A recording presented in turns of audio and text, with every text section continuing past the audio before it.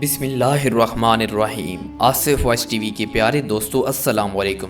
ہم امید کرتے ہیں کہ آپ سب خیر و عافیت سے ہوں گے، اور ہماری دعا ہے کہ اللہ تعالیٰ آپ سب کو ہمیشہ خیر و عافیت سے رکھے۔ اللہ کی لاٹھی بے آواز۔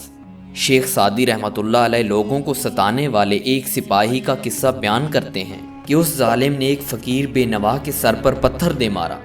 فقیر میں بدلہ لینے کی طاقت نہ تھی، اس نے وہی پتھر پکڑ کر محفوظ کر لیا۔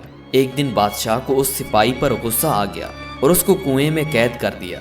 فقیر اس کنویں پر گیا اور اس سپاہی کے سر پر پتھر دے مارا۔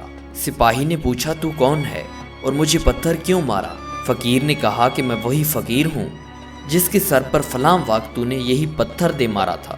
سپاہی نے پوچھا، تو اتنا عرصہ کہاں رہا؟ فقیر بولا، میں تیری افری سے ڈرتا رہا، آج تو افر نہیں رہا تو مجھے موقع مل گیا۔ اے انسان، جب تو نالائق صاحب منصب کو دیکھے تو چپ رہ، کیونکہ عقل مندوں نے ایسے موقع پر خاموشی ہی اختیار کی ہے۔ جب تو تیز ناخن نہیں رکھتا تو کسی سے جھگڑا نہ کر۔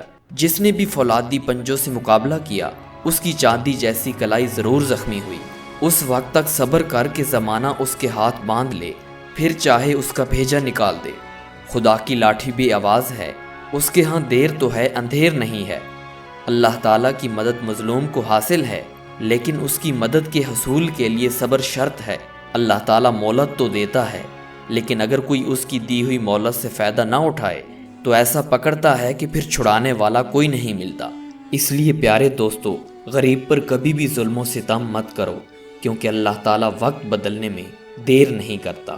السلام علیکم ورحمۃ اللہ وبرکاتہ۔